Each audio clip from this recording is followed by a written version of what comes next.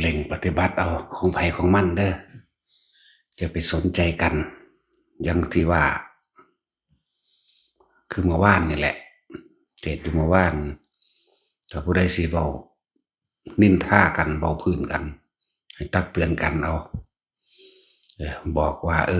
หลวงพ่อเพิ่นให้เบิ่งเจ้าของเพิ่นบ่ได้ให้ไปเบิ่งผู้อื่นเสียละให้เล่งเอาเจ้าของเองซะ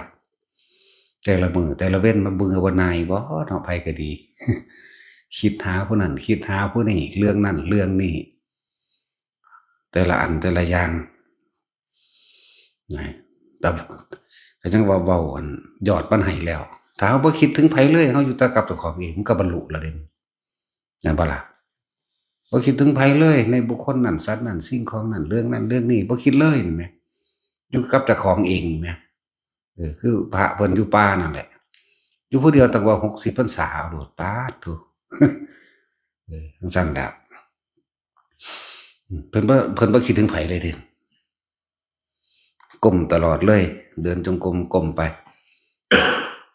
ฤดูนี้เห็นดอกไม้นี่ตกแล้วก็รู้อยู่ว่าอ๋อฤดูนี้แล้วอยู่ในถ้ำออกนอกถ้ำมากะเพียงนิดหน่อยนั่นแหละบ่เห็นว่าเพิ่นสิลำบากอีหยังนะสำหรับพวกเขาอะจริงๆอะมันก็บ่ได้อยู่นำว่าณสถานที่ใดเด้เพราะว่าทุกสิ่งทุกอย่างอยู่ในตัวเขาเองเบิดบ่เกี่ยวกับสถานที่บ่เกี่ยวกับบุคคลอื่นอีกบ่เกี่ยวกับเพศบ่เกี่ยวกับไฟไม่มีหญิงไม่มีชายดอกพวกนี้อยู่ที่ตัวเองขึ้นอยู่กับตัวเขาเองทั้งเบิดอยู่กับลมหายใจอยู่กับความรู้สึกตัวในตัวเองเฮ็ดอยู่แค่นี้แหละอย่าเอาความรู้สึกออกนอกอย่าไปคิดถ้าคิดออกนอกความรู้สึกก็ออกนอกความรู้สึกที่พอใจกับบ่พอใจก็ไปอยู่นำสิ่งที่เขาคิดถึงนั่นเองนะจังว่าเบื่อหน่ายบ่เบื่อหน่ายบ่ไผก็เลยเนาะ เออผู้บอกผู้พยายามให้อยู่นี่โอ้ถ้ามันจกออกให้กันได้มันก็บรรลุเบิดละปานนี่เนาะถ้ามันจกออกเอานี่เอาผู้ละอันละอันแล้วไปวึดวึดวึดวึดขึ้นทั้งฟ้าโลดนี่มันไปได้เลยปานนี่แล้วมันจกออกให้กันบ่ได้ดีได้แต่บอกมาค่าแต่อยากไปเที่ยวหันไปเล่นนี่ความคิดนั่นน่ะอยากว่าล่ะอยากไปหันอยากไปนี่คิดไปปรุงแต่งไปนึกไปไปพอใจกับนั่นนี่สถานที่นั่นสถานที่นี่คนผู้นั้นคนผู้นี้นั่นแหละหลายอย่างที่พวกเขาไปขาดคะเนเอากับผู้อื่น อยู่ในเฮาเด้อไม่บ่คิดซื่อๆก็บรรลุแล้วเดี๋ยวนี้เนาะ บ่คิดซื่อๆนี่ทุกข์ก็เกิดบ่ได้เด้พอใจบ่พอใจเกิดบ่ได้จบแล้วเด้แค่นั้นแหละบอกว่าบ่ต้องไปคิดต่อหม้องหั้นหม้องนี้ดอกอยู่สถานที่ใดก็สร้างเหมือนกันกับที่เคยเว้าอยู่แล้ว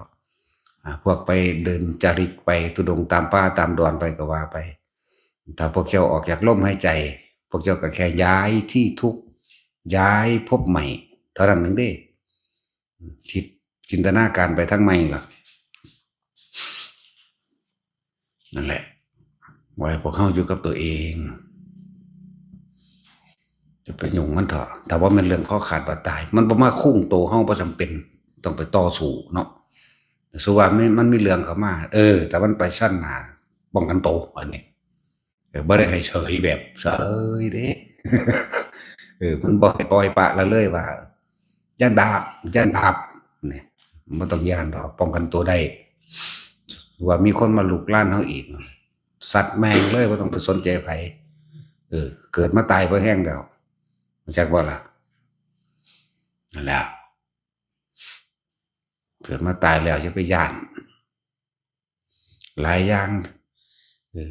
เพิ่นว่าบ่ให้พระยุ่งการเมืองเพิ่นว่าบ่ให้พระบัดกันว่ากันก็ออกกฎหมายมาควบคุมพระเนาะควบคุมหาแม่มึงบ่ให้เพิ่นไปยุ่งหรอก ที่จริงธรรมวินัยเพิ่นก็บ่ให้ไปยุ่งอยู่แล้วเด้พุทธเจ้าก็บ่ให้ยุ่งอยู่แล้วแต่ว่าหั้นไปออกมายุ่งมาบังคับข่มเหงพระพวกนี้เหยียบหัวพระพุทธเจ้านะต้องเบิ่งซะนะมันจะไปฮอดไสตรงนี้ที่เชื่อบ่เชื่อก็สร้าง ก็เพราะว่ามึงบ่เชื่อมึงว่ามึงมีอำนาจแล้วมึงยังพากันไปเกิดอยู่ในสถานที่ที่เป็นมีสงคราม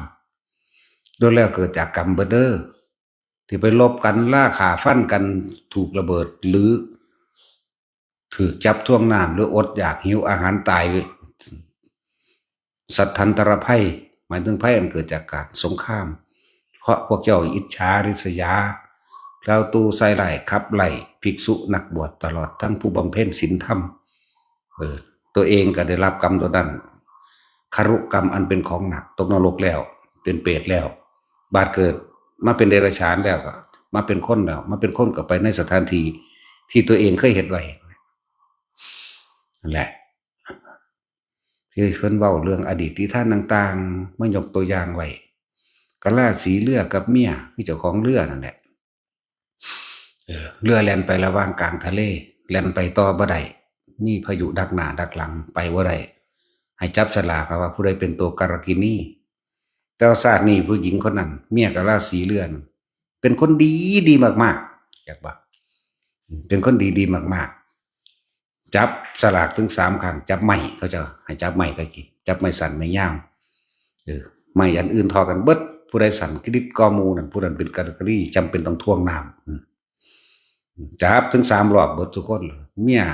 กะลาสีเรือจับได้แต่ไม้สั่นอันเดียวนั่นแหละจับครั้งที่2ก็อันเดียวจับครั้งที่3ก็อันเดียวนะจังสั้นแล้วแต่เราเป็นคนดีโอ้คนที่หากคนที่เคารพนับถือเรานั่นแหละครับขอตายแทนได้บ่ขอตายแทนได้บ่ขอ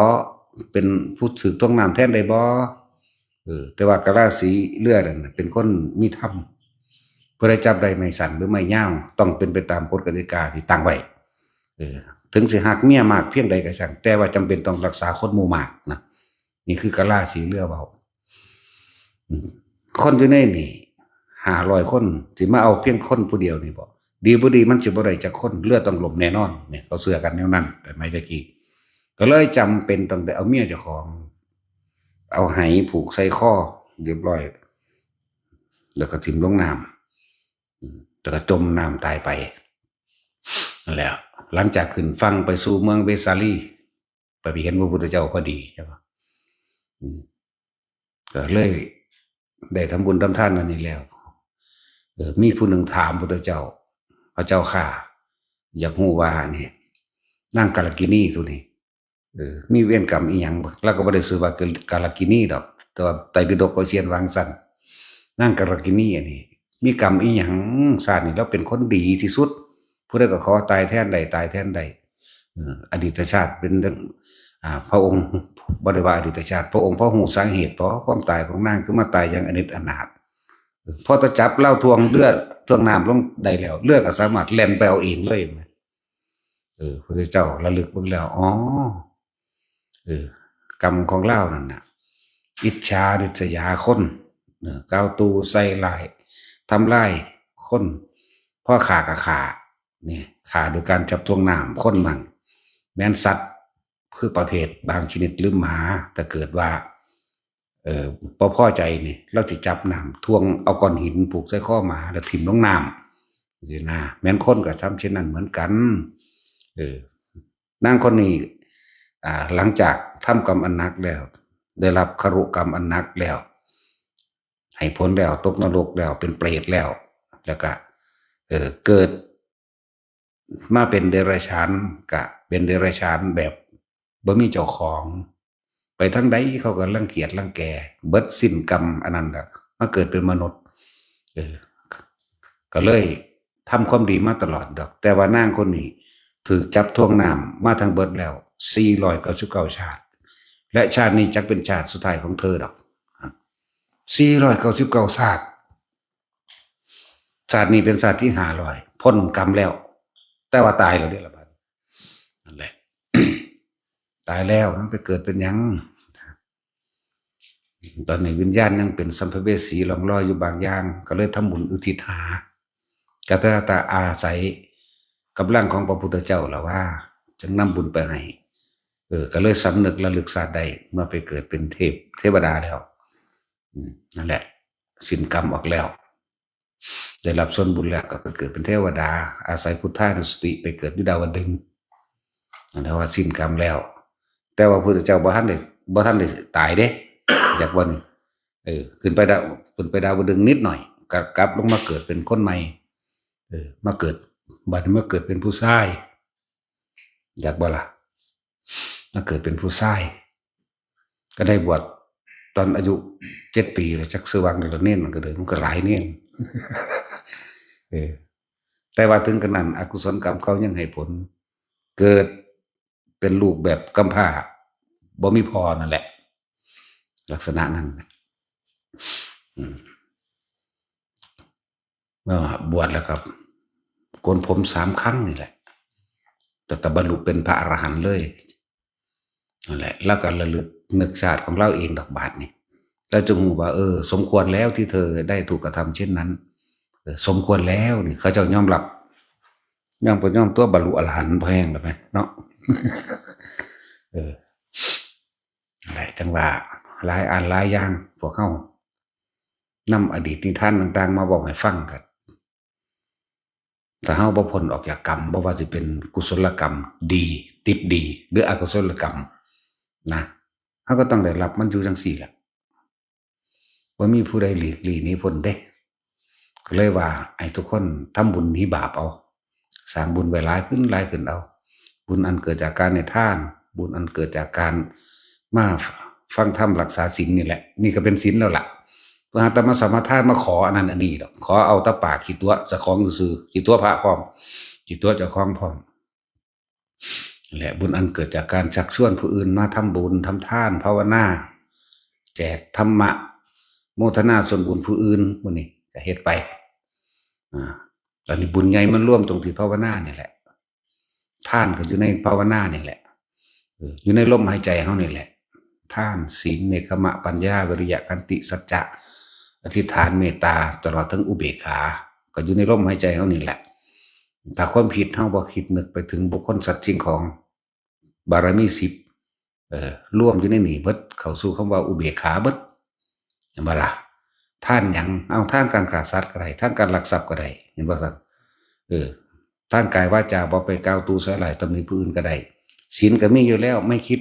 ทำร้ายเบียดเบียนผู้ใดผู้หนึ่งเสียชีวิตด้วยทรัพย์สินเนกขมะก็มีอยู่แล้วนี่คือวิธีการข่มจิต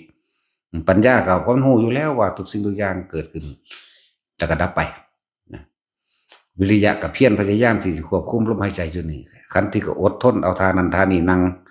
หรือว่ายืนหรือว่าเดินหรือว่านั่งหรือว่านอนก็ว่าไปบ่ล่ะสัจจะก็เพราะว่ารู้ความจริงแล้วโลกุริยะสัจจะเป็นอย่างนี้โลกุตระสัจจะเป็นอย่างนี้ปรมัตถสัจจะก็คือการอยู่กับลมหายใจนี่ก็ว่าไปอธิษฐานตั้งใจมุ่งมั่นสู่จุดหมายก็ตั้งใจนี่แหละจุดหมายคือว่ากูสิบ่เกิดอีกนั่นแหละมันว่าล่ะทานเมตตาก็อยู่ในตัวเองบ่เขาเอาตัวใส่ร้ายผู้ใดอยู่แล้วนั่นว่า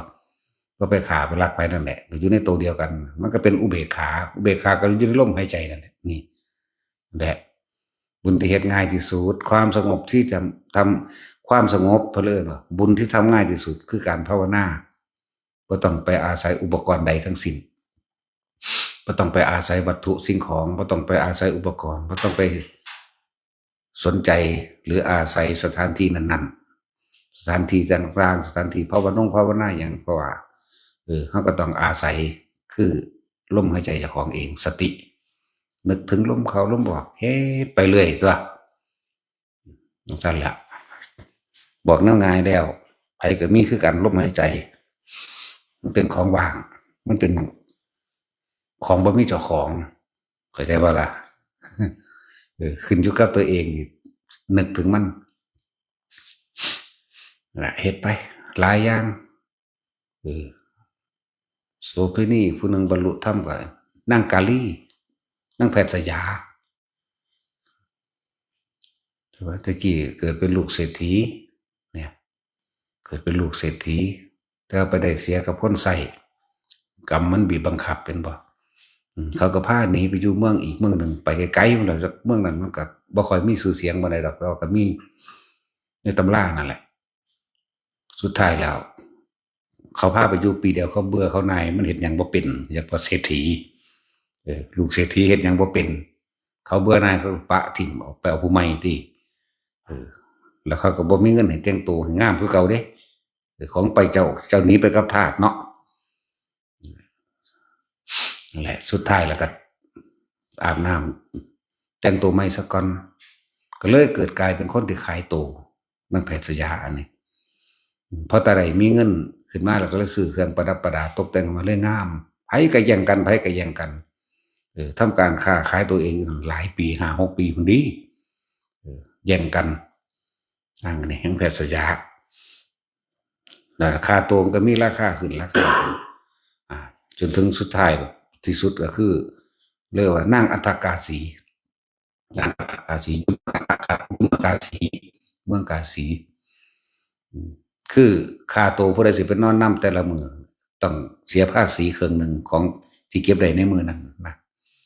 ส่วนเก็บได้100คือจ่ายค่าตัวนั่งเนี่ย50เทียบถ้าจะได้วางสั่นแหละใช้ชีวิตมาเรื่อยเลยเกิดความเบื่อหน่ายเพราะว่าได้ฟังธรรมของพระสงฆ์องค์หนึ่งฟังไปเกิดความสลดใจในตนเองจนบรรลุธรรมเป็นโซดาเป็นสกิทาคามีก็เลยเลิกอาชีพนั้นแต่ว่าคนทั้งหลายที่เคยร่วมเสพหรือเสพลักเสพกามกับเพิ่นนั้นบ่ยอมเขาจะคุ้มปุกคุ้มปั๊มจากว่าบรรลุธรรมในระดับนึงแล้ว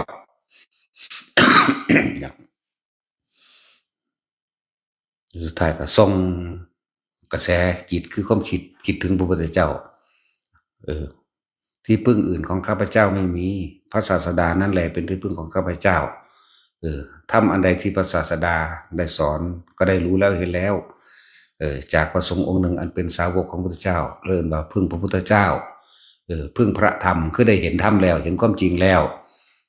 ไม่สงสัยในคำสอนของพระศาสดาแล้วขอพระศาสดาจงมาเป็นที่พึ่งของข้าพเจ้าโดยเถิดพระสงฆ์องค์หนึ่งก็เลยมาโดยฤทธิ์เรียกว่าล่ะจะเอิ่นว่านั่งนี่บวชโดยทูเตนะอุปสัมปทาพระพุทธเจ้าบวชให้ผู้ยิ่งผู้นี้แต่ว่าอาศัยพระสงฆ์นี่เป็นผู้บอกเธอจงเป็นภิกขุณีมาเถิดเข้าใจป่ะนี่ทูเตนะอุปสัมปทาอาศัยทูเตนะก็หมายถึงทูตเนี่ยคือเฮาสถานทูตใส่คำบอกของพระพุทธเจ้าเบิดเนี่ยเรียกว่าสถานทูตแม่นบ่ซั่นตัวติดต่อสื่อสารทูตพวกนั้นก็มาโดยฤทธิ์มาเหาะมาก็แสดงธรรมต่อบรรลุอนาคามีจากว่านี่จังกลับไปก็ไปหาไปอยู่ในสำนักภิกขุณีพุ่นล่ะก็บรรลุอรหันต์ไป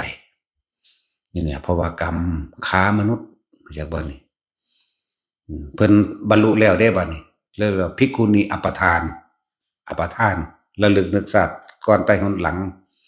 แต่ก่อนเฮานี่เคยเกิดเป็นหยังนอกก็ว่าระลึกไปศาสตร์แรกหมายถึงต้นแห่งความปรารถนาจะเป็นพระอรหันต์เหมือนพระองค์นี้แหละในสมัยพุทธเจ้าปฐมมุตระสัมมาสัมพุทธเจ้าปฏิบัติดีอยู่แต่ว่าศาสตร์ที่2มากกับมาเฮ็ดใหม่ลงตัวเองบัดมีการบังคับข่มเหงผู้นั้นผู้นี้หรือว่าฆ่ามนุษย์สินะเลยหลงตัวเองทำบุญทำบาปอย่างมาหลายอันหลายอย่างนั่นแหละจนถึงมาสุดท้ายกระบวดมาเรื่อยๆอยู่เด้ภิกขุณีนั่นมาพลาดตรงที่ว่ามาบวชในสมัยพระพุทธเจ้าพุทธกัสสปะพลาดหมู่พวกกันบวชน้ำกันภิกขุณีเหมือนกันแต่ว่าภิกขุณีองค์นั้นเพิ่นบรรลุอรหันต์แล้วเพิ่นมีลาภสักละเกิดขึ้นเพิ่นมีคนนิยมชมชอบผู้ใดก็เข้าหาก็เลยไปกล่าวตัวเพิ่นโอ้ยหญิงแพทย์สยาเอ้ยนะแล้วก็เลยได้ชื่อว่าแพทย์สยาในภาษานี้ใช่บ่ล่ะโอ้ยอีแพทย์สยาเอ้ยนะว่ามีม่านยาเจ้าเล่ห์นั่นแหละเห็นว่ากรรมตัวนี้ตัวเองสุดท้ายแล้วมันก็ได้เป็นแพทย์สยานี่อกุศลกรรมเก่าในชาติที่ทำไว้กับพระพุทธเจ้าอโนมัตสีที่ว่าฆ่ามนุษย์ฆ่าคน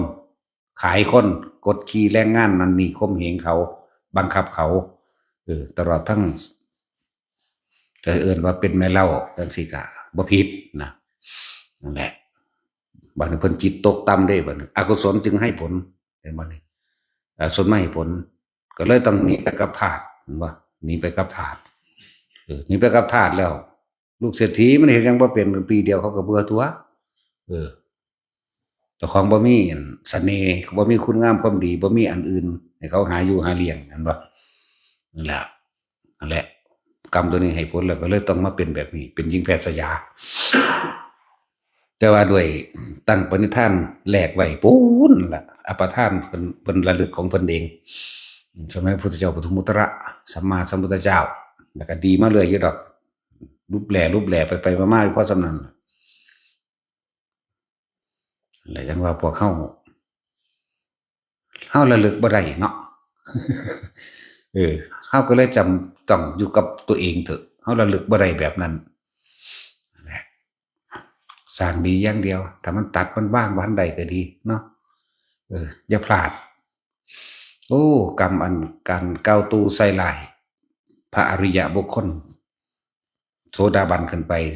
มันมันกั้นมรรคผลนิพพานในศาสตร์นี้เด้มันบ่ธรรมดาเด้แต่ว่าบ่แม่นว่ากั้นตลอดไปบ่แม่นนานแบบนั้นเข้าใจบ่หรือว่ามันเฮ็ดให้เฮาบรรลุยากซะเนาะเป็นพวกที่บรรลุยากนั่นแล้วกล่าวตู่ใส่ร้ายผู้ทรงศีลทรงธรรมผู้ทรงฌานกล่าวตู่ใส่ร้ายบุคคลที่ทำเป็นสาธารณประโยชน์กุศลกล่าวตู่ใส่ร้ายหรือไล่นี่การก้าวไล่พระอริยะบุคคลขึ้นตโสดาบันขึ้นไปโอ้ธรรมดายากยุยงส่งเสริมให้เขาเกิดความเห็นผิดคล้อยตามตัวเองเพื่อสินำกำลังมาเข้าข้างเจ้าของพวกนี้นักน่าจะผ่านพระพุทธเจ้า700พระองค์จังสิพ้นนะแต่จังว่าเฮาบ่ฮู้ว่าไผเป็นพระอริยะบุคคลเฮาบ่ฮู้ว่าไผเป็นพระโพธิสัตว์อยากว่าล่ะพระโพธิสัตว์นี่หนักเด้บ่เป็นตาไปแตะเด้ก้าวตู่ใส่ร้ายนำคนมาไล่ตั้งแต่ตัวเองเริ่มไปจกแจ๊กให้คนเสือเจ้าของหมดบ่ธรรมดาเด้700พระพุทธเจ้าพุ่นเด้สิว่ามันสิพ้นจากบ่ล่ะจะสิเวียนว่ายตายเกิดในอบายภูมิผ่านพระพุทธเจ้า700พระพุทธเจ้าช่วงเจ้าว่าได้เป็นสัตว์เดรัจฉานช่วงสิ้นกับเหมือนกับการสิ้นภัทรกัปนี้เอาสิ้นภัทรกัปนี่อันตรธานแห่งภัทรกัปนี่เบิดศาสนาของพระศรีอริยเมตไตร100,000 ปีดวงอาทิตย์เกิดขึ้นทีละ1ทีละ2ทีละ3ทีละ6ทีละ7ใหม่บึ๊บเรียกว่าล่ะบ่มีเดรัจฉานไปใส่นรกได้กำไรละเจ้าบาดนี้กำไรหลายพวกตกนรกก็ตกนรกอยู่กำไรหลายนับวันนี่คือจังว่าอีกหลายแสนปีบัดนี้มันนับบ่ได้ก็เลยว่าเป็นอสงไขยเรียกว่าล่ะอีกหลายแสนปีและหลายแสนปีพวกตกนรกพวกเปรตตกไปเลยตอนสิบ่ทันได้มีเดรัจฉานเข้าใจว่านี่ในโลกอันนี้เฮาเว้าเฉพาะจักรวาลเฮาก่อนนั่นแหละบัดนี้พวกเป็นเทวดาเด้ได้กำไรได้กำไรทั้งเทวดาปูนล่ะจนกว่าสิพัฒนาการเกิดกลับใหม่นั่นแหละกลับต่อไปในเอื่นว่าสารมันดกัปต่อไปจังเอื่นภัทรกัปอีกต่อไปจังเอื่นมันทกัปอีกจากว่าเปลี่ยนไปเว้นไม่แน่ๆแหละนะเพิ่นว่ามีพุทธเจ้า10 องค์เพิ่นเว้าร่วมซื่อเด้สารมันตกัปก็บ่กี่องค์เด้แต่มาเป็นภัทรกัปเขาจะเว้าร่วมไว้ซื่อเพราะว่าบ่แม่นสัพพัญญูพอสิมาเว้าแยกแยะได้ละเอียดปานนั้นก็เลยต้องเว้าร่วมเนาะนั่นแหละเป็นซั่นแล้วพวกเฮาสิประมาทเฮ็ดหยังพวกเฮาคืออยู่กับตัวเองมันมากๆโลดเนาะเฮาบ่ฮู้เด้ว่าไผเป็นไผใครเป็นอะไรคือคำเว้าหลวงปู่หมั่นเพิ่นตักเตือนเอาไว้แหละการกล่าวตู่ใส่ร้ายบุคคลผู้อื่นน่ะถึงเขาจะผิดจริงก็ตามคุณดุลเขาจะผิดจริงก็ตามก็เป็นการก่อเรื่องกังวลเข้าสู่หัวใจของตัวเองดีๆนี่เองนะแม่นบ่ล่ะจริงๆเพิ่นบ่ให้ไปว่าไผเพิ่นให้เบิ่งเจ้าของเนาะสิไปว่าอิหยังการกระทำที่ตาเฮาเห็นบางอย่างเฮาบ่ฮู้เจตนาเขาเด้เนาะ เขาบ่ฮู้เด้นั่นแหล้ววิสัยของผู้ได้ฌานเห็นบ่เขาบ่ฮู้ได้ว่าเขามีเจตนาหยังก็เฮ็ดหยังแปลกๆอันบ่ล่ะวิสัยโพธิสัตว์วิสัยผู้ได้ฌานเห็นบ่แม่นบ่สัตว์อันตัวแล้วก็ทั้งสัตว์เดรัจฉานนั้นเขาบ่ฮู้เด้หมาตัวนั้นอาจจะเป็นพระโพธิสัตว์ก็ได้ที่ได้รับพุทธพยากรด้วยซ้ำมันธรรมดาเด้นั่นแหละปลาตัวนั้นอาจจะอีกแม่นบ่ล่ะพุทธเจ้าเขาก็เคยเกิดเป็นปลาดุกนี่ได้รับพุทธพยากรซ้ำเด้นั่นรู้จักบ่ล่ะตอนที่เป็นปลาดุกแล้ว เป็นหงส์เป็นกาเป็นปลาโอ้ยเป็นสารพัดล่ะเป็นนกขุมนกเข้า ธรรมดาเป็นนกขุมใหญ่ก็ยุบธาตุพนมนี่แหละนกขุมใหญ่เป็นนาคเป็นเนิกยังก็ว่าไปอยู่ทางภาคเหนือหลายอยู่เด้เป็นนาคเป็นเนิกยังก็เลยเนาะงูแหละ เป็นม้าจิงจอกเป็นม้าบ้านม้าป่าเป็นคนถูกเป็นคนรวยสารพัดตัวคนจะได้นำคำสอนมาให้พวกเฮาคนเอาตัวเองได้เข้าไปประสบการณ์เองแนวมาเนี่ยบ่แม่นตัดสิเป็นยิ่งใหญ่เด้เฮาไปเว้าเอายอดมันซื่อๆเด้เนาะหลายคนไปเว้าเอายอดมันทุกพระองค์ต้องเสด็จขึ้นสู่ดาวดึงส์อยู่แล้วนั่นเป็นพุทธวงศ์เป็นพุทธประเพณีพุทธวงศ์ของพุทธเจ้าเฉพาะพุทธเจ้าพวกนี้ออกลูกมาอย่างใดก็ต้องตายภายใน7 มื้อโลดแม่นั่นแม่พุทธเจ้านั่นแล้วแต่เพิ่นก็ต้องขึ้นไปโปรดเอาพุทธมารดาเอาแม่อยู่ในสวรรค์นั่นแหละ3 นาทีกับ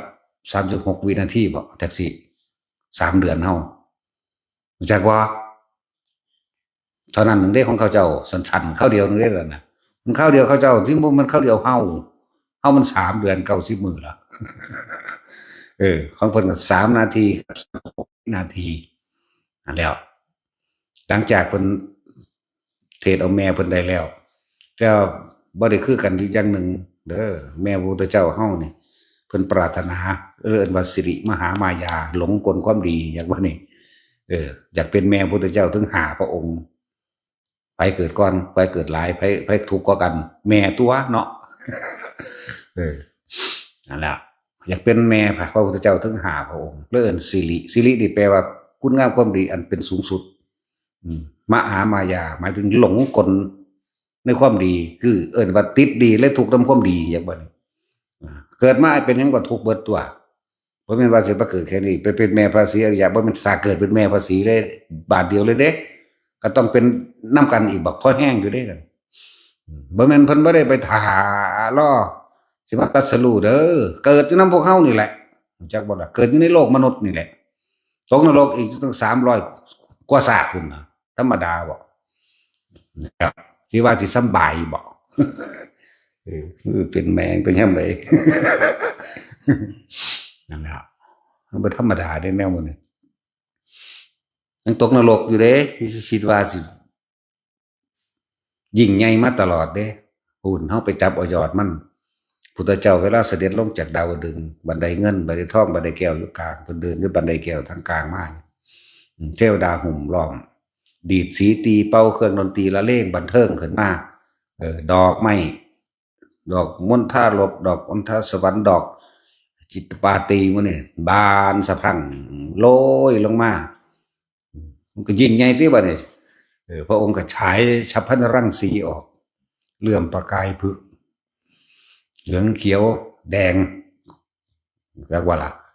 เลื่อมประกายพฤกษ์เหลืองเขียวแดงยังอีกแน่ละยิ่งใหญ่อลังการมนุษย์เหลียวเห็นเทวดาพร้อมเห็นบ่ล่ะสัตว์นรกก็เหลียวเห็นเทวดาเหมือนกันสัตว์นรกก็เหลียวเห็นมนุษย์เหมือนกันมนุษย์ก็เห็นสัตว์นรกก็เห็นเทวดาไปพร้อมเพิ่นว่าเปิด3 โลกธาตุคือมือออกพรรษานั่นแหละ15 ขันธ์11เรียกว่าล่ะนั่นแหละมือเปิด3 โลกแทนผู้ใดเห็นแล้วก็ปรารถนาความอยากเป็นพระพุทธเจ้าตัวบัดแม้ที่สุดแห่งมดแดงในตำราว่าเนาะมดแดงมันเหลียวเห็นอยู่มีตาอยู่เนาะบ่เห็นแต่ไส้เดือน บ่มีตานั่นแล้วผู้ใดก็อยากเป็นผู้ใดก็อยากเป็นแต่ว่าบ่เรียนรู้บ่สละตัวเองเพื่อสิเป็นอันแล้วอืมบัดเฮาไปจับเอาเฉพาะตอนเพิ่นสำเร็จความยิ่งใหญ่เนาะโอ้โหผู้ใดเทพเทวดาอินพรหมมอบกราบแทบพระบาทเคารพนับถือหลายเสด็จลงมาเลยมนุษย์ทั้งหลายก็เขาก็มอบกราบเหมือนบ่ซั่นฉันตัวเฮาเข้าใจว่าเพิ่นสิยิ่งใหญ่มาตลอดติมันบ่แม่นเด้เกิดเป็นมหาทุกขตะทุกข์ที่สุดมันบ่ธรรมดาเด้แนวบ่สละตัวเองนั่นแหละจังว่าของบางอย่างตาเฮาเห็นว่าผิดบ่เลว เพราะว่าเฮาบ่ฮู้ว่าเพิ่นเป็นไผเนาะเห็นเขาเห็นเขาฆ่ากันเอานี่คือสมัยชาติหนึ่งเพิ่นฆ่าน้องเพิ่นแล้วเพิ่นก็เอาเมียน้องมาเป็นเมียเจ้าของน้องเพิ่นก็เป็นเทวทัตเทวทัตน่ะพาเมียน่ะนางพิมพานั่นน่ะไปหาหลอกต้มตัวคนเข้าใจบ่ล่ะไปทางมิจฉาทิฏฐิเพิ่นก็ฆ่าเพิ่นก็เอาแล้วก็เปลี่ยนใหม่ให้เข้าใจบ่ล่ะก็จังซั่นแหละมันคือมีแนวนั้นแหละนั่นแหละจังว่าก็สิไปเดือดร้อนอีหยังกับเขามันบ่แม่นเรื่องข้อขาดบาดตายเจ้าของก็ดีเนาะถ้าเรื่องข้อขาดบาดตายซกแบงคือกันล่ะเว้ยเออ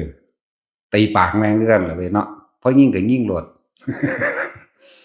โหดแล้วเด้เดี๋ยวนี้ตะกี้ยังอารมณ์อร่วยอยู่โอ้คนมันเป็นเพราะส่ำนี้มันเลวยิ่งกว่าสัตว์อีกก็โหดเด้บัดนี้มากวนกูโลดกูฆ่าแม่งเลยบัดเนี่ยเห็นว่าบางชาติเห็นบ่เป็นหมู่กัน บางชาติเขาจะเป็นหมู่กัน ไปเรียนมาจากสำนักเดียวกันเนาะเมืองกัตตกัศิลาแต่ว่าสำนักเรียนสารคามแล้วสิแม่นหม่องใดเดี๋ยวนี้อยากว่ากัตตกัศิลาอยู่สารคามหั่นเออเดินทางมาสำเร็จการศึกษาแล้วผู้นี้ก็มาผู้หมู่นี่เป็นกษัตริย์แต่ว่าผู้นี้พอตายยายวันนี้มาเป็นกษัตริย์แทนพอก็เอาหมู่นี่มาเป็นเสนาบดีแต่ว่าแม่นั่นรู้จักว่าแม่นี่แม่ของหมู่นี่มักหมู่ลูกทำท่าป่วยอ้ายเอาเสาะไอ้แสะเขาเห็นบ่ กินบ่ได้นอนบ่หลับบัดนี้ก็ลูกมากระซิบใส่หูโอ้ยเฮ็ดจังได๋แม่สิได้ลูกโตคนสิได้หมู่มาอยากเป็นเมียเขานั่นคนละรุ่นว่าซั่นรุ่นลูกกันน่ะอยากเอารุ่นลูกเป็นผัวนั่นแหล้ว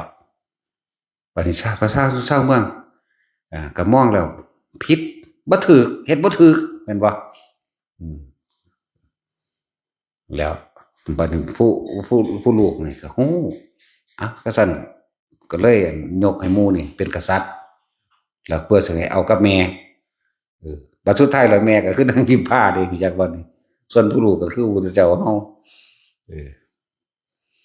นั่นแหละจิตมันปฏิพัทธ์กันอยู่แล้วล่ะมันก็เป็นมาแต่ที่แรกคือว่า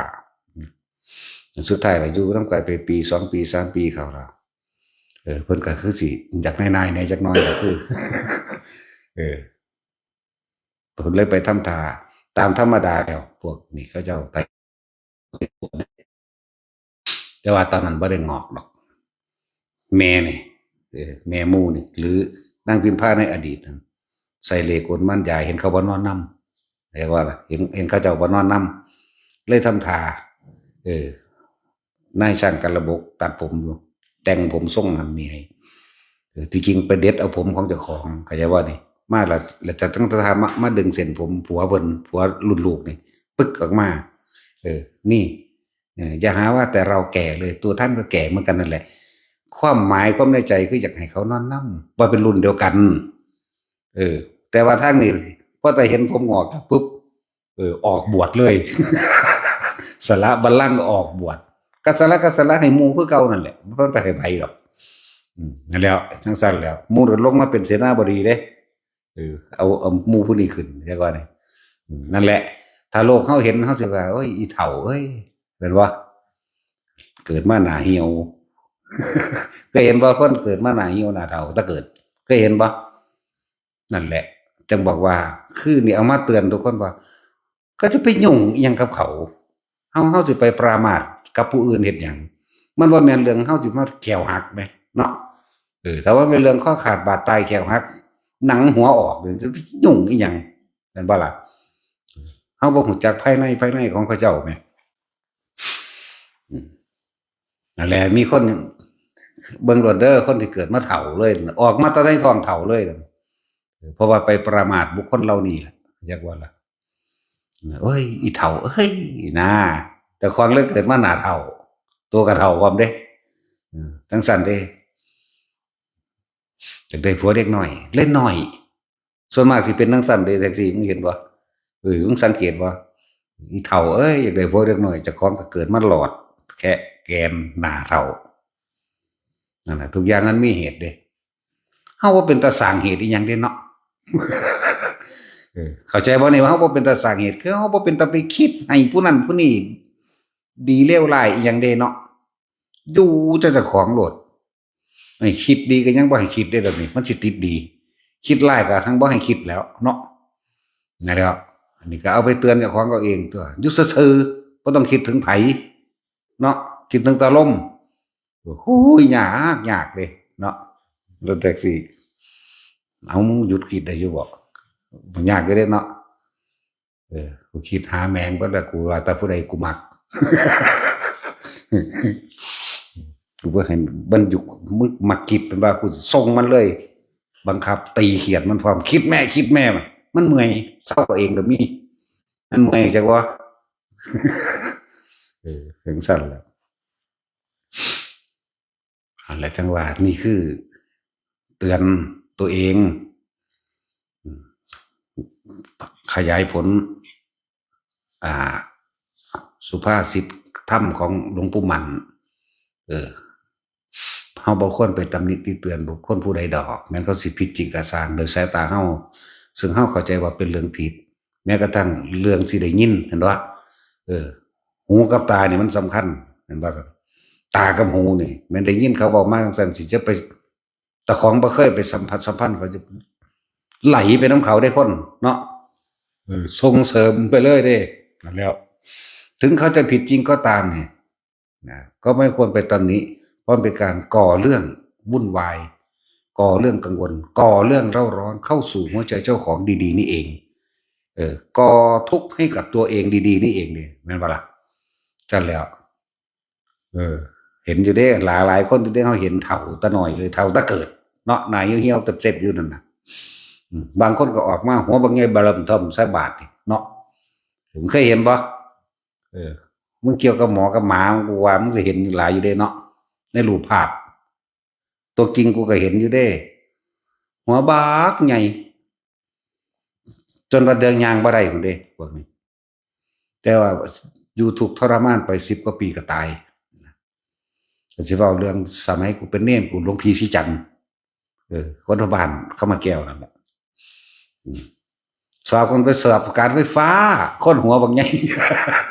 ไปสอบอีหยังให้มันได้อันนั้นเพิ่นเรียนจบม.6กะกี้รัชสุวรรณวาสตัวหนังสืองามปานพิมพ์เอาเขียนได้เบิดทุกแบบบ่ว่าไร่ไทยตัวเอียงตัวเนิงหน้าตัวตรงงามนั่นแหละ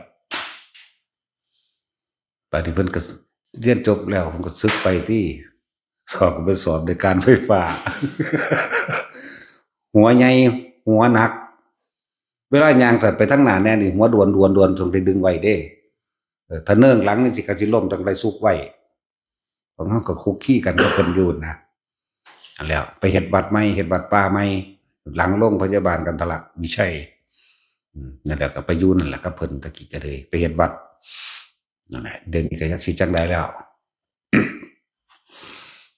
เฮ็ดงานมันบ่ไหวที่เขาให้ขึ้นเสาไฟผมคิดว่าจะขึ้นได้บ่ซั่นพี่หัว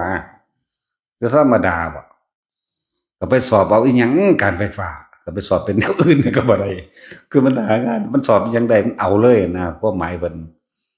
เดี๋ยวบ่ได้กี่เดือนดอกมันก็ต้องออกกลับขึ้นมาบวชใหม่แต่ว่าสุดท้ายก็คือว่าละกรรมของไผของมันถ้ากันไปอาบน้ำสางเพิ่นก็มาบวชใหม่เด้จะลงอีปูหรือตกขั้นคู่ตกขั้นคู่ตกขั้นดินขั้นหน้านั่นน่ะอ่านน้ำสั่งแซงได้ตะกี้หมู่ผู้คู่ตายซ้ำอันนี้ยังบ่ได้30 ปีอยู่จังซั่นแหละแรกๆจักเพิ่นสิไปทวงผู้ใดแล้ว จักสิทวงไปแล้ว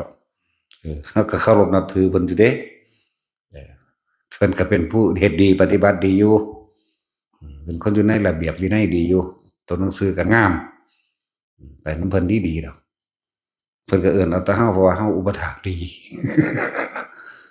จังซั่นล่ะผู้อื่นบ่เฮ็ดนำดีคือนั่นแหละหลายอย่างทุกอย่างมีเหตุเด้อเหตุปัจจโยทั้งนั้นแหละสิ่งทั้งหลายทั้งปวงย่อมเกิดแก่เหตุทั้งเบิดเลยเหตุภาเวปภาวะเยนี่แหละถ้าสิ้นเหตุคือการบ่คิดแล้วจบเหตุคือกันจบเหตุเราบ่ฮู้ได้ว่าเราเฮ็ดอีกรรมหยังไว้แน่ในนี้เนาะก็ค่อยฮู้อยู่ได้ตัดสินก็เฮ็ดหยังไว้แล้วก็ต้องเป็นไปจังดีก็ฮู้เด้ง่ายคนเก่งสุอย่างเฮาก็หนีได้ตัวเนาะแต่ว่าเจ้าคิดจะคิดเลยว่าเจ้าสิหนีพ้นแต่เจ้าบ่อยู่ในปัจจุบันนี่เป็นเออเจ้านี่สำคัญเด้จักปากสร้างน้ำสร้างแซงที่เขาเอาทอปูนมันเจ้าก็เกาะอยู่ก็เห็นแต่มือหน่อยๆนิดนึงเด้นี่มือเกาะอยู่จังซี่จักสิล่วงยามใดเด้ล่ะนะนั่นแหละเป็นจังซั่นแล้วเนาะหาวิธีหลีกเลี่ยงเอาตัวเนาะกูบ่รับแม่งแล้วกูเฮ็ดหยังก็เลยกูรู้จักอยู่แม่เอาสาวเดียวกันเลยตัวเนาะนั่นแหละไปก็ได้บ่ไปก็ได้ยินบ่ตัดสินจะเฮ็ดได้บ่บาดนี่ก็บ่ได้ตั้งแต่ผีก็ย้านอยู่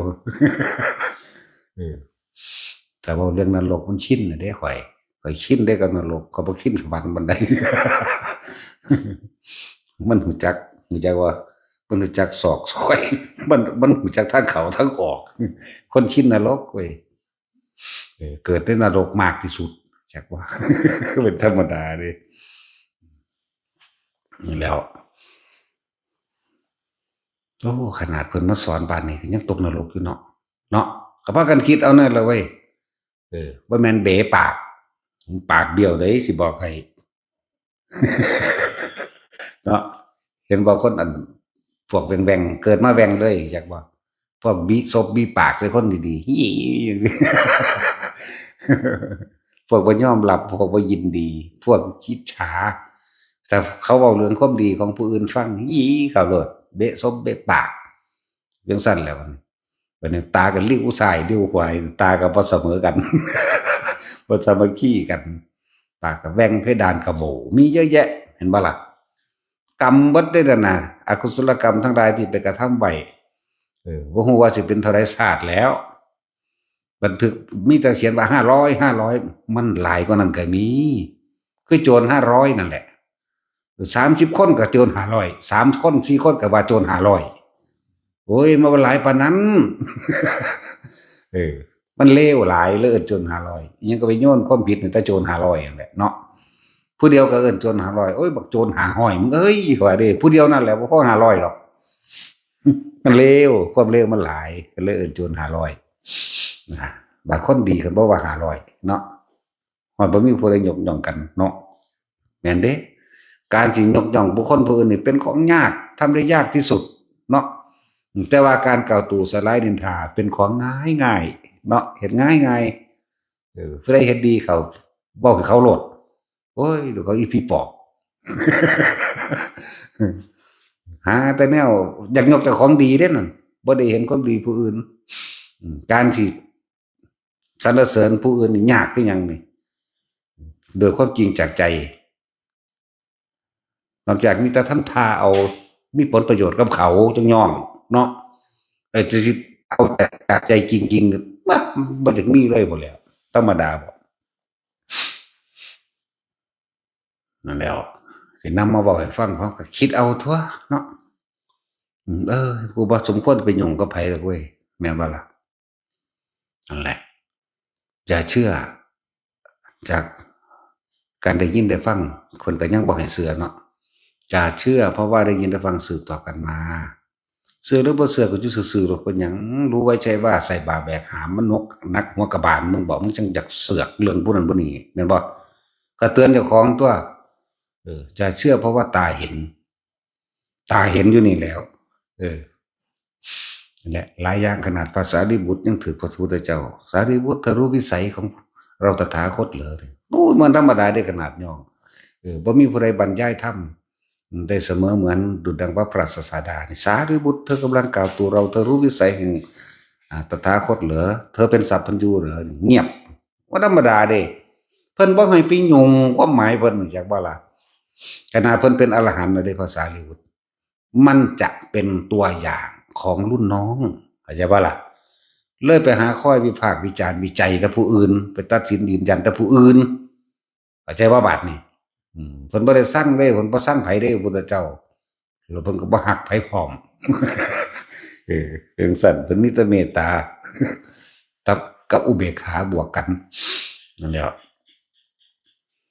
ขนาดพระสารีบุตรยังถึงให้เธอไม่ใช่สัพพัญญูไม่ควรที่จะมากล่าวตู่อย่างนี้ธรรมดาเด้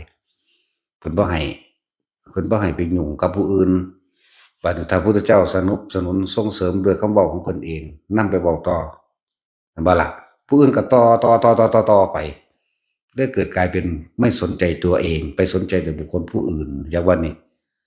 เหมือนการแสดงฤทธิ์แสดงเดชต่างๆล่ะที่จริงฤทธิ์เดชต่างๆฤทธิ์10อย่างเนี่ยมันมีอยู่แล้วนำบุคคลอริยฤทธิ์มื้อนี้บุญญฤทธิ์มื้อนี้ฤทธิ์อันเกิดจากผู้มีฌานฤทธิ์อันเกิดจากการฝึกฝนตนเองมื้อนี้มันมีอยู่แล้วฤทธิ์แห่งกรรมมื้อนี้แม้กระทั่งฤทธิ์วิทยาศาสตร์เพิ่นก็ยังบ่ได้ตัดถิ่มได้ยังมีในหันอยู่เด้ฤทธิ์อาจเกิดจากการประกอบปรุงแต่งกันขึ้นเพื่อให้เกิดความเป็นไปคือรถนี่ก็เอิ้นฤทธิ์วิทยาศาสตร์เครื่องบินก็เอิ้นฤทธิ์วิทยาศาสตร์นี่มันบ่ได้ตัดถิ่มเด้นั่นแล้วฤทธิ์ต่างๆในการปกป้องคุ้มครองชีวิตผู้อื่นทำได้ไหมทำได้ป้องกันรักษาโรคคนอื่นได้ไหมทำได้นั่นแหละแต่ฤทธิ์ทั้งหลายเหล่านี้ไม่อาจสามารถที่จะป้องกันความตายโดยหมดอายุใครให้กับใครได้เลยเห็นว่า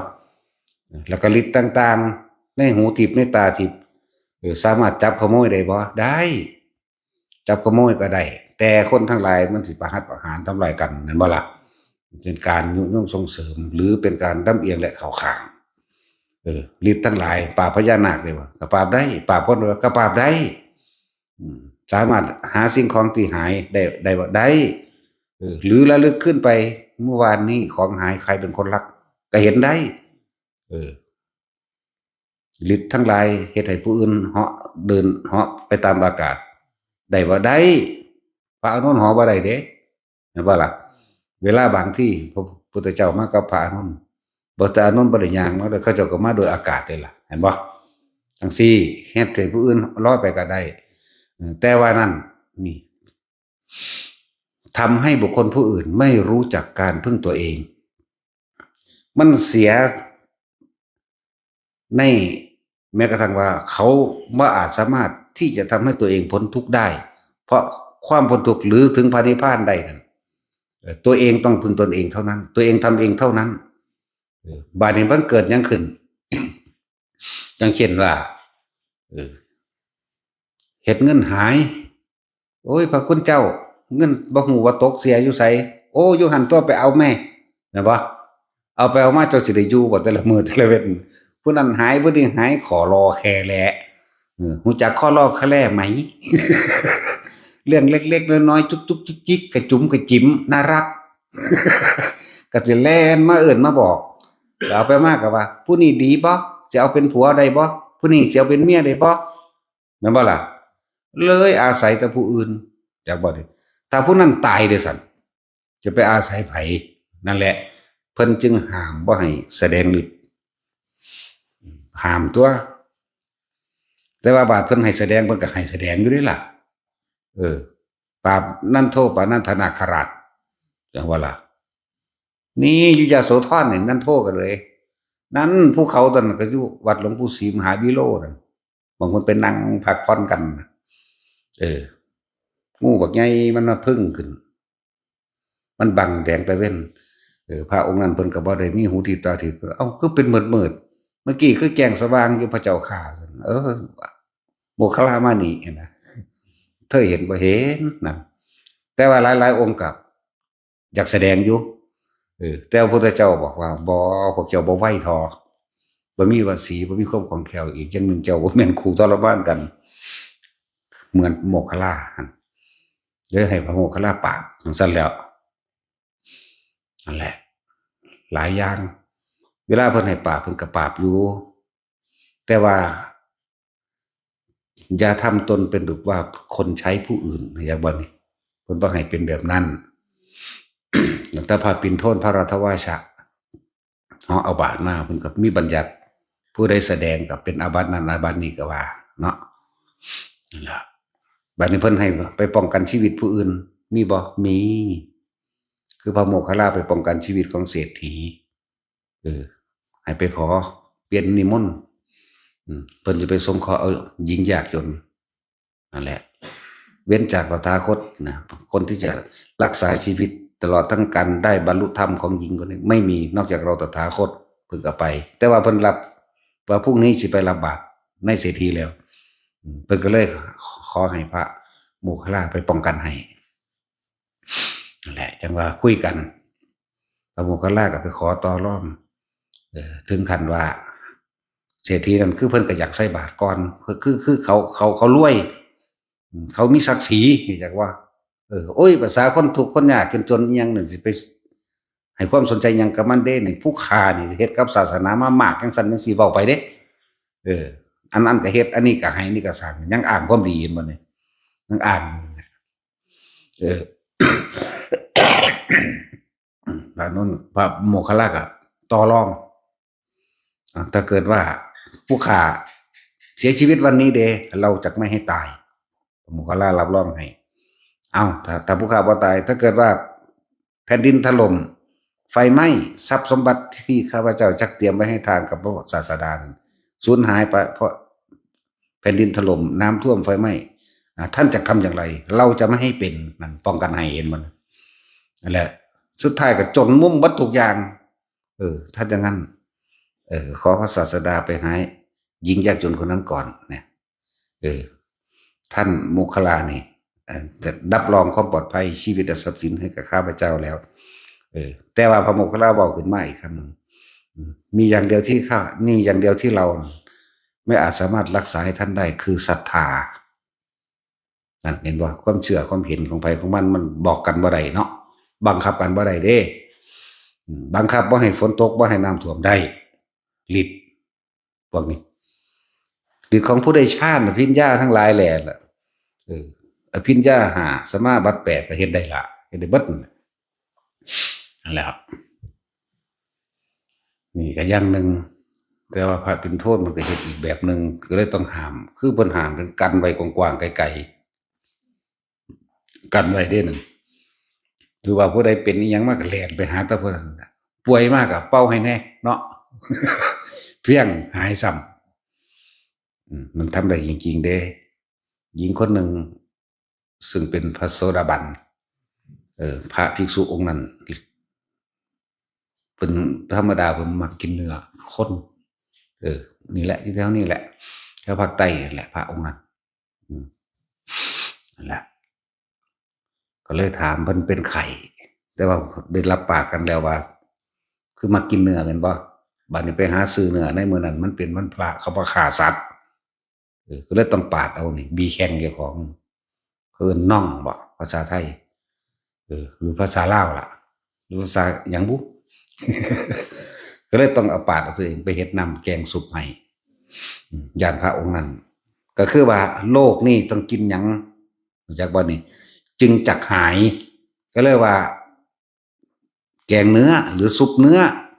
เบิ่งเนี่ยหาซื้อเนื้อบ่ได้เพิ่นก็เลยปาดเอามีแต่ของเองนั่นแหละไปต้มให้ภิกษุองค์นั้นฉันกินแล้วก็เศร้าไข่ก็เศร้าต้มแถลงเอาเนาะ หูจักแถลงหูจักพิติบ่ผมบ้านนอกเขาก็มีการศึกษาเนาะตัดสินจะมาแถลงต่อมึงจะมาพิติเอาหลายนั่นมีบอกว่าแม่กับเฮาหูจักได้ภาษาเนาะภาษากลางวันเขาสิจักภาษาโอ้ยจะแถลงคือหลายมึงจะมาพิติเอาเนาะเขาเรียกว่าเสแสร้งแกล้งทำนั่นแหละภาษาไทยนี่เขาเรียกว่าพิติเอาแถลงเอา เสแสร้งแกล้งทำเอาเด้อพวกคนมันนอก พวกมีการศึกษาคนเขามันศึกษามาครอบคลุมได้มึงบอกว่าแม่ภาษาไทยเราแบบใดก็คงจักเบิดนะเมือนไทยภาษากลางเนาะเพราะมันไทยอยู่แล้วล่ะ ภาษากลางบอกมาแม่จิด่ามาแนวใดกูก็ด่าได้คนนั้นอีก นั่นแหละพระพุทธเจ้าก็เลยไปห้ามว่าให้กินเนื้อมนุษย์เห็นปะมันก็มีเหตุให้การบัญญัติเบิดนั่นแหละห้ามฉันเนื้อมนุษย์บัดห้ามกินหลังจากนั้นพระพุทธเจ้าก็เสด็จไปในบ้านหลังนั้นแต่ว่านั่งนั้นบ่ยอมออกมาดิก็แล้วเก็บขาเล่าถามหาว่าอุบาสิกาพวกนั้นไปใส่ผู้ผัวก็บอกว่านางป่วยเพิ่นหูแล้วป่วยก็ต้องออกมาพุทธเจ้าของประเทศ2-3 ค่ำเนี่ยเนื้อตัวนี้ก็ขึ้นมาคือเก่านั่นมันก็เป็นไปได้สัตว์เนาะกะลิบเพิ่นทั้งที่ต้มแกงซุปให้หลวงพ่อนั่นกินล่ะหลวงพ่อนั่นก็ถือปั๊บอาบัติแต่ว่าบ่เป็นอาบัติเพราะว่ายังเป็นอนาบัติเพราะว่าเกิดจากอาธิกรรมิกบุคคลแรกต้นแรกบ่เป็นได้ต้นแรกคือพระสุทินนั่นแหละบ่เป็นมันจักว่าล่ะพระสุทินบัตรหยังหลายเติบอยู่ได้7 ข้อพุ่นเด้เนี่ยเราเห็นเฮ้ยเอากันขนาดนั่นแหละทุกอย่างก็มีทางออกเหมือนเดิมนั่นแหละบ่เว้าดอกคนสิเอาตัวอย่างเนาะแต่สินหลายอย่างก็ว่าฤทธิ์ต่างๆมันสามารถกระทำได้แต่ว่าเพิ่นคือห้ามเพราะว่าคนที่บ่พึ่งพาตัวเองได้ตามความเป็นจริงเพิ่นให้เอาตัวเองพึ่งตนพึ่งธรรมอย่างสั้นพวกฤทธิ์อธิษฐานก็ยังมีเด้การทำบุญกับพระที่ออกจากนิโรธสมาบัติจากบัดนี้ผู้ใดอธิษฐานอะไรเนี่ยมันก็จะเป็นอนันต์อยู่แต่ว่าต้องมีการทำบุญมันก็โอ้ยจักไผสิออกจากสมาบัติมาหามันนี่ซุมื้อนี้ก็เลยมีแต่สมาบัติตัวเนาะนิโรธสมาบัติ ก็คือนันทะพระนันทะบ่แม่นกับพระนันทะนั่นแหละเป็นหลานของนายปิณฑกะเศรษฐีในการศาสตร์หนึ่งนั่นนะคนเป็นคนยากจนขอทานว่าง่ายๆถึงอยากขอทานไปทั้งใดคนก็รังเกียจเด้รังเกียจมื้อนึงเพิ่นได้อาหารมา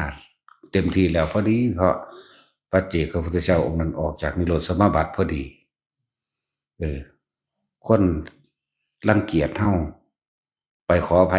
เขาก็แม้นอาหารที่ให้เขาก็โยนให้ยากนักหนาที่สิมีคนสิเว้านำดีพอแต่เพิ่นใส่บาตรพระปัจเจกเพิ่นอธิษฐานนี่เว้นจากหญิงที่เป็นญาติของข้าพเจ้านอกนั้นจงหลั่งไหลในรูปกายของข้าพเจ้าจงตกอยู่ในอำนาจแห่งราคะกับข้าพเจ้าเกิดมานั่นผู้ใดก็สร้างว่าได้เห็นแล้วก็ว่าล่ะเป็นอาบัติต้องหมกมุ่นเข้าไปกับเรื่องราคะเลยทันทีเลย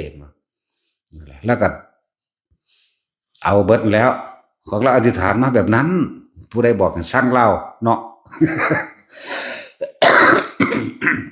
อธิษฐานแนวนี้ก็ได้เด้แต่ว่าต้องหาพระที่เขานิโรธสมาบัติผู้ใดเป็นอรหันต์พวกเกี่ยวกับไปคุ้มเพิ่นเขาซะก่อนจังอธิษฐานเอาเด้อ ผู้ใดอ้างว่าเป็นอรหันต์นั่นเด้อวิธีตรวจสอบอรหันต์เบิ่งดูอรหันต์พี่บาปนี่มีบ่ไปคุ้มเขานิโรธสมาบัติมาสิอธิษฐานเอาแบบนี้เข้าใจว่าล่ะทำบุญตัวนั่นแล้วนันทะหลานอนนายปิณฑกะเศรษฐีผู้ใดมาแล้วก็เมียนเบิดแล้วผู้ใดบอกดูถูกเล่าเนาะผุนตศาสตร์ก่อนบ่ได้ดูถูกเล่ามาเรื่อยๆเว้นแต่ญาติเว้นแต่หญิงที่เป็นญาติของข้าพเจ้าจักบ่นี่นอกนั้นถ้าได้เห็นดวงหน้าของข้าพเจ้าจะต้องหลงไหลในกามราคะผูกจิตติดกับข้าพเจ้านั่นแล้วก็ฟาดเบิดแล้วของบ่ได้บังคับเอาแม้เฮาก็เอาได้ตัวนี้เนาะตัดสิน เอาแมงเป็นล้านผมก็เอาได้ตัวนี้18 ล้านโกดผมก็เอาเนาะแท็กซี่เอาบ่มึงเอาโลด บ่ได้บังคับบ่บาปหรอกจังซั่นแหล้วแล้วก็เอาเบิดแต่ว่าเมียเขาก็สร้างเอาคือเก่าจักว่าเอาเบิดจังซั่นแหล้วมันบ่ได้ติดอยู่ขาผัวมันตัวเนาะแต่สินนั่นแหละเอาเบิดไผก็สร้างแล้วสิเสพกามนำเบิดทุกคนเลยนาบิณกาเศรษฐีก็โอ้ยย่านหลานบาปเด้จังใดเด้เลยไปหาพุทธเจ้าพุทธเจ้าเลยเทศน์ให้ฟังเราก็เลยเศร้าบรรลุโสดาและสกิทาคามีเห็นว่าไว้ยังว่าใส่มันคุ้มค่าแม่นหน้าผู้ใดมีหยังก็ได้มันก็บรรลุได้คือเก่าอยู่ดอกเนาะแต่พวกเฒ่าๆนี่เบิดทิศอลาบ่ไปเอาดอกจะไปคิดฝันเด้อพวกเฒ่าๆนั่นแต่ก็มีอยู่เด้อยู่ได้ดีก็มีอยู่บ่เว้าไปดอกทำท่าป่วยสงโสมาซึกไปเอากันก็มีอยู่ใครแน่เฮาจำชื่อบ่ได้มันน้อยมันบวชน้อยนั่นแหละถ้าจำชื่อได้เว้าเด้เนาะโชคดีของเจ้าก็จำชื่อเจ้าบ่ได้จักชื่อว่าใดแต่สินพอคิดออกว่าหมู่มาส่งอะนะถ้าว่าอันนั้นอันนี้แต่บ่มีหม้องไปจังซี่ว่าสิทำท่าว่ามีธุรกิจอยู่หั่นอยู่นี่โอ๊ยศาลนั้นสึกเอาไว้เสือกเว้ากันกับผู้จักใดล่ะนั่นก็ชื่อบ่ได้หามึงนี่ก็บ่ว่าเขาเด้ล่ะเอาโลด เอาหลายๆโลดเนาะมันเป็นเรื่องของบุพเพสันนิวาสในสุดท้ายแล้วก็บรรลุธรรมอยู่เด้ล่ะนั่นแหละเพราะอนาพินตกะเศรษฐีญาติหลานตกนรกว่าทำกรรมแบบนี้เห็นบ่ล่ะนั่นแหละคือว่าเสือในตายเห็นเขาเปลี่ยนได้เด้ล่ะเห็นบ่ล่ะหรือไปตกบางไดเราเป็นบรรลุอรหันต์บ่แม่นล่ะอันพวกนั้นเด้ก็เคยดูถูกเพิ่นไว้พวกที่มานอนนำเล่านั่นจักว่าล่ะนันทะหยังนี่น่ะมันหลายนันทะบ่แม่นพระนันทะองค์นั้นเด้พระอันนี้ก็หลานสิว่านันทะหยังนี่แหละเหมือนกันเคยดูถูกเขาไว้บัดสุดท้ายมาก็มาเป็นต้องสิโลลาภให้เขานั่นแหละอธิษฐานแนวบ่ดี แต่ว่าบ่ดีก็บ่แม่นแต่ว่าบ่ดีคนก็บ่ได้เอากันมีลูกมีเต้าดอกเนาะตัดสินแม่นบ่แต่ว่าบ่ดีเจ้าก็ยังมี2มี3ลูกเจ้าก็เลยจังซั่นแล้วนั่นล่ะแต่ว่าแนวมื้อนี้มันบ่ดีมันก็มาฆ่าแนวมื้อนี้ตัวผู้ใดฆ่าอยู่นี่ก็เลยเนาะเห็นว่าจังซี่จักผู้ใดสอนให้จักยามใดมันเฮ็ดเป็นแต่ว่าแต่งงานกันแล้วไปหลีเฮ็ดกันโลดบ่มีโรงเรียนสอนเนาะคือเฮ็ดเป็นบุ บ่มีผู้ใดบอกบ่มีไสพ่อแม่ก็บ่สอนเด้แม่นบ่แปลกประหลาดว่าแนวมื้อนี้มันคือเฮ็ดเป็นคือไปลักเฮ็ดเอาโลดจังซั่นแล้วนั่นแหละ ทุกอย่างถ้าเฮาหยุดกรรมคือการกระทำทางความคิดได้กรรมทุกอย่างบ่อาจสามารถให้ฤทธิ์ให้ผลอิหยังได้เลยรู้จักบ่ล่ะบ่ทันสิว่าหยุดความคิดตัวเดียวนั่นแหละสิ้นภพจบชาติเลยถ้าเฮาเองเฮาบ่ไปคิดหาไผมันก็บรรลุแล้วเด้นั่นน่ะเอาคิดเบิ่งดีๆเด้อบ่คิดถึงไผเลยแหมมันก็ว่างกันตั่วเนาะอันนี้เดี๋ยวก็คิดถึงผู้นั้นผู้นี้อีนั่นอีนี่บักนั้นบักนี้หมูหมากาไก่เดี๋ยวเห็นผู้นั้นผู้นี้เขางามกว่าก็อีห่ามึงเอ้ยโลดเด้เบ้ปากเบ้ซบเข้าสาดไม้กับปากบักใหญ่เพ้อมีตุ่มเลี้ยงวันอยู่ภายสิซบอีก เนาะแต่สิถึงเบิ่งอยู่ว่านางพันธุรัตน์ สั่นก็มีตาตีข้างหนึ่งข้างหนึ่งหิบหีก็มีเป็นธรรมดาบ่แนวมื้อนี้กรรมคือการกระทำทางใจของเจ้าของจักว่าล่ะเจตนาได้เป็นตัวกรรมถ้าบ่เจตนาหยุดเจตนาหยุดการคิดนึกปรุงแต่งนี่ได้แล้วมันก็จบตัวจินี่หมายถึงจิตมันก็เป็นผู้รู้ของมันอยู่แล้วเด้เป็นสัญญาก็ว่าผู้รู้ก็ว่าเป็นอิหยังอยู่ในหันแหละจิตนี่คือร่วมสุขสรรพสิ่งทุกอย่างเจหมายถึงจิตเจตนาหมายถึงคิดไปคนเฮาคิดไปนั่นน่ะคิดถึงความว่างมันคิดบ่ออกดอกมันต้องคิดถึงรูปทั้งเบิดจิเจรุแม่นบ่ความคิดทั้งหลายย่อมมีเจตนาในการคิดวัตถุต่างๆอันเป็นรูปลักษณะท่าทางทั้งนั้นมันเลยถึงนิพพานบ่ได้แต่ว่านี่จิตนี่ร่วมทุกสรรพสิ่งอยู่แล้วรู้ในตัวของมันเองอยู่แล้วเฮาบ่ปรุงแต่งสัญญาเจ คือไม่คิดปรุงแต่งบัดนี้เปลี่ยนคำว่าจิตไม่คิดไม่นึกถึงวัตถุใดๆในรูปมันนั่นแหละรูปร่างลักษณะท่าทางมันก็เป็นนิพพานนั่นตัวในภาษาบ่คิดถึงไผเลยนะจิเจรุนินั่นแล้วที่เขาจะเขียนไว้เวลายังละเกินปัญหาธรรมยังเป็นนั่นแหละถามว่าคิดถึงซึ่งลึงอยู่หันมันจะมียังเป็นตัวตั้งมันจะมียังเป็นตัวไปติดเนาะจิตก็ไม่มีที่ตั้งคือบ่ไปตั้งอยู่ในบุคคลนั้นสัตว์นั้นสิ่งของนั้นเรือนนั้นหรือความร่ำรวยเป็นเศรษฐีนั้นมันบ่คิดแต่มันก็นิพพานหนึ่งตัวนิพพานมันไม่ได้เป็นรูปร่างลักษณะท่าทางเป็นวิมานเป็นสวรรค์เป็นไส้สุดนั่นสุดนี่ได้นิพพานดิบนี่เขาเห็นกันที่นี่เขาบ่คิดอย่างเลยมันก็ได้ทั้งตัวนิพพานขณะมีชีวิตอยู่คนมีชีวิตอยู่ได้ไรนิพพานจังเอานิพพานมาสอนได้คือพระพุทธเจ้าเฮาแม่นบ่ล่ะพระพุทธเจ้าเฮาเพิ่นก็ฮู้จักตอบผลมีชีวิตอยู่บ่ได้เพิ่นจังสอนได้แม่นบ่แน่เพิ่นก็บ่มีความคิดอิหยังกับไผทั้งกุศลและอกุศลเด้อล่ะจบแต่ว่าคิดอยู่ถ้าว่าต้องคุยเป็นธรรมดานี่ก็คิดอยู่หากบ่มีเจตนาสั่นตัวเจตนาคือต้องมีความหวังด้วยเนาะต้องมีความหวังความหวังว่าเขาสินิยมชอบตัวเองแม่นบ่ล่ะ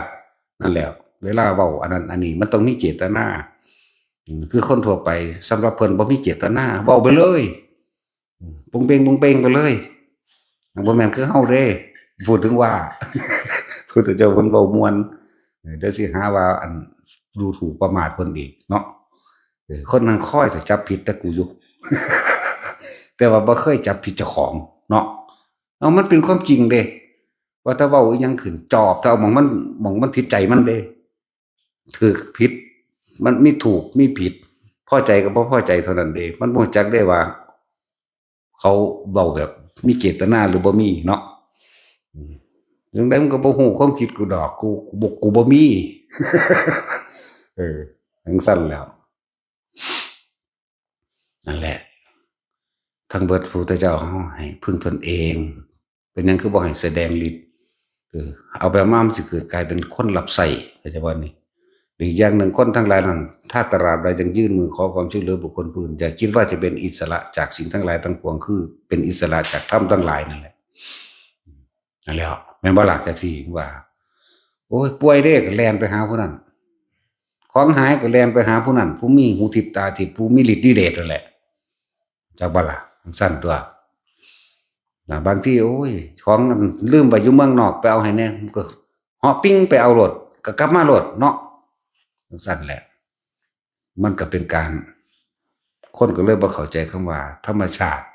สัตว์โลกเป็นไปตามกรรมเนาะแต่สิ่งนี้พ้นกรรมได้ก็ต้องอาศัยสิ่งที่ตัวเองสร้างเองก็ต้องหนีเอาเองก็ต้องหยุดสร้างกรรมเอาเองตัวนั่นบ่ล่ะแล้วโอ้ยหลายอันหลายอย่างคนดอก ฉะนั้นถ้าเฮาจะพ้นจากกรรมติอย่าคิดถึงไผมันบ่มีสุขมันบ่มีทุกข์เด้ก็บ่คิดถึงไผแล้วเนาะเอาคิดเบิ่งดีๆเด้อก็อาศัยความคิดนั่นแหละจึงรู้เข้าใจบ่ล่ะแต่คิดเท่าใดก็ไม่รู้เนาะแต่ก็ต้องอาศัยความคิดได้จึงรู้รู้วิธีหยุดคิดแม่นบ่นั่นตัวคิดเท่าใดก็บ่รู้ดอกไอ้ความว่างมันบ่มีความคิดเนาะต้องให้หยุดคิดนั่นแหละจึงรู้ในสิ่งที่รู้ก็ออกมาวาดภาพบ่ได้เด้บัดนี้เนาะนั่นแหละฝึกเอาผู้ใดก็เลยมันเฮ็ดให้กันบ่ได้เว้ยแต่เฮ็ดให้ได้ยังเตะทิ่มเบิดแล้วได้ปานนี้ จังซั่นแหล้วกวาดเอาตีนกวาดเนาะแล้วก็เอาตีนฟาดไปคือสาดน้ำเห็นไหมเคยเอาตีนสาดน้ำบ่เดี๋ยวนี้นี่อยู่นี่แหละเอาตีนสะไปเลยเนาะขี้เดียด หูจักขี้เดียดบ่เนาะบัดนี้พวกบ่มีการศึกษานี่ พวกศึกษาบ่รอบคอบนี่เนาะแต่สิ่งขี้เดียดแปลว่าหยังของที่น่ารังเกียจขยะแขยงนี่แหละแปลภาษากลางเนี่ยเป็นภาษาไทย อ้าวภาษาไทยนี่คืออิสระเด้แม่นบ่ล่ะบ่แม่นไทยบ่แม่นกลางบ่แม่นลาวบ่แม่นภาษาอื่นๆเอิ้นว่าภาษาไทยภาษาของอิสระแล้วไว้มันเป็นไทยมันเว้าแหวงได้ก็เว้าไปทั่วอยากด่าผู้ใดก็ด่าได้เนาะ แต่ว่ามันมีเหตุได้จังได๋เห็นบ่ล่ะจังซั่นล่ะเข้าใจแล้วบ่บาดนี้ไปก็ดีเจ้าของมาเกิดเอาเองเจ้าของก็ต้องหยุดเอาเองตัวเนาะบ่มีผู้ใดมาสาปแช่งหรือให้พรผู้ใดไปดีเลวก็ได้แหมเจ้าของมาเกิดเองชั่วเอาเองแม่นบ่ล่ะสิไปโทษไผนั่นแล้วแต่บ่อยากทุกข์อย่าไปคิดว่าจะอยากได้เด็กดีอยากมีอยากเป็นอยากร่ำอยากรวยต่างๆอะทุกข์เบิดนั่นแหละจิตมีที่ตั้งอยากเป็นอันนั้นเด้นั่นมันไปเป็นล่ะอารมณ์มันเกิดล่ะอยากได้อันนั้นเด้นั่นอารมณ์มันเกิดอยากได้ล่ะอยู่กับลมฝึกมันตัวคือคนฝึกตนเองได้เด้ล่ะส่วนพระพุทธเจ้าเพิ่นก็เป็นแต่เพียงผู้บอกทางหนึ่งเด้อบ่ได้เฮ็ดให้เด้ออุ้ยเฮาเกิดกับพุทธเจ้ามาเท่าใดล้านๆพระองค์แล้วถ้าเพิ่นเฮ็ดให้ได้เฮาบ่มาฮอดพี่ดอกเนาะเพิ่นก็เอาตีนสะขึ้นไป คือว่าลั่นตัวเออตีนก็ตีนนะอิหยังก็ยอมตัวเนาะแต่ตอนนี้ก็ยังยอมให้เพิ่นเบิดทุกอย่างก้าวอยู่แหมจั่งซั้นแหละเอ้าสวัสดี